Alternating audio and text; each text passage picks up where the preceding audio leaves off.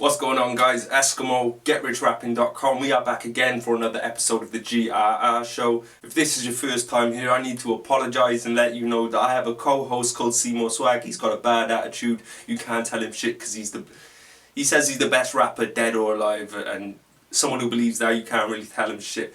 Plus he got goons, he's in them streets. And me, I'm just the business entrepreneur type, so I kind of leave all that shit to him. But before we get into this, we have a new sponsor, so I'm going to leave you with a few words from them before we start. Let's go. Hey you! Yeah, you! You look like a rapper!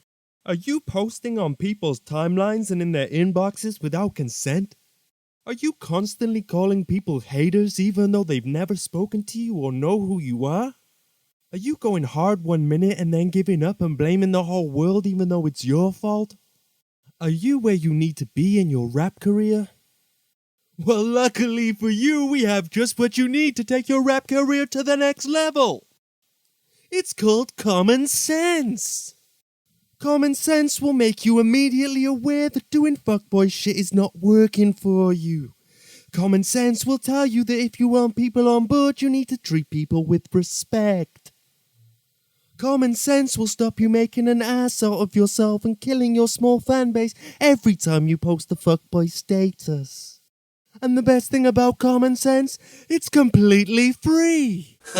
I'm saying fuck common sense anyway. The best way to get someone to listen to your music, put the gun to their mouth. I never said no one said they will listen to my track with a gun in their mouth. Well, swag. Fuck all you fuckboys. If you're not familiar with this show, I have people send me questions. The main focus of this show is to answer those questions. Now, if you'd like to submit a question, feel free to comment below or hit me up on any of my social medias. Every link will be in the description, you already know. Here's a question from Luis Gomez, and he asks,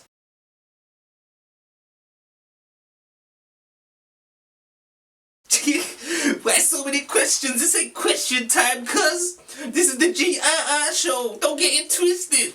Ugh. Time is money, yeah? Time is money. Now, that's a lot to answer. That's going to take like a 15-minute video if you really want me to get into it. But what I will do is answer the first part of your question in relation to what type of backing tracks you should use when you're performing. I think it really depends on the song. How did you record the song? If you're a fast rapper and your flow is fast and you had to break down your verse in the studio and you couldn't just run through it because there was too much breath control needed, then you definitely need to be using a backing track, especially in a live setting, a live atmosphere.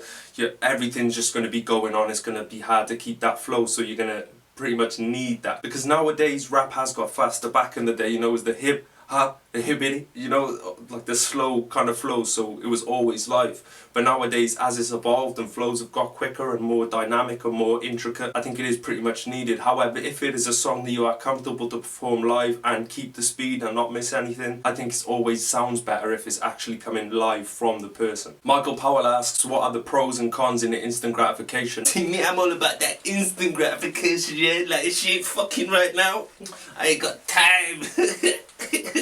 Swag, Esskimo swag. Now anybody who's watching this thinking, hang on, what does that mean? It's basically the difference between blowing up overnight and getting there step by step. Now if you're blowing up overnight, you're gonna get hype, but you're not ready to blow. So, because you haven't built up any business behind you, you haven't built up any fan base or anything like that, you're just being thrown to the lions. You've suddenly got this big name because you made a hit single. Now all the record labels are trying to fuck you in the ass. Everybody starts hating on you because you haven't built up that fan base. It'll make your whole world hectic. Now look at Bobby Shmurda, look what happened to him. He was the most famous rapper of 2014.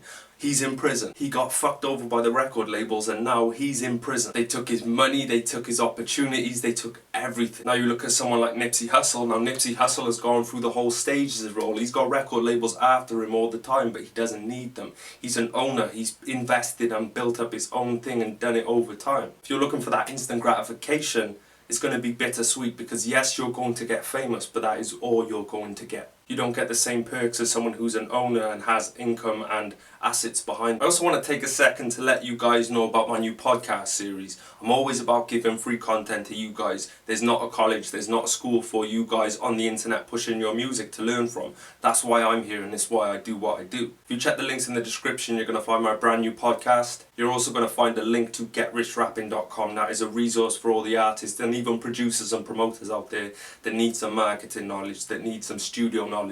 Basically anything that you need as an artist, you're going to find on that site. You're going to find out how to do it. Make sure to click subscribe, make sure to like, comment, make sure to ask those questions, because in 2 weeks time it just might be your question featured. Thank you for tuning in. Hope you enjoy the rest of your day. Pa-pa. Don't get mad, get motivated. Don't make hits, make history. You already know. Pa-pa-pa-pa-pa-pa-pa. Get some goddamn common sense.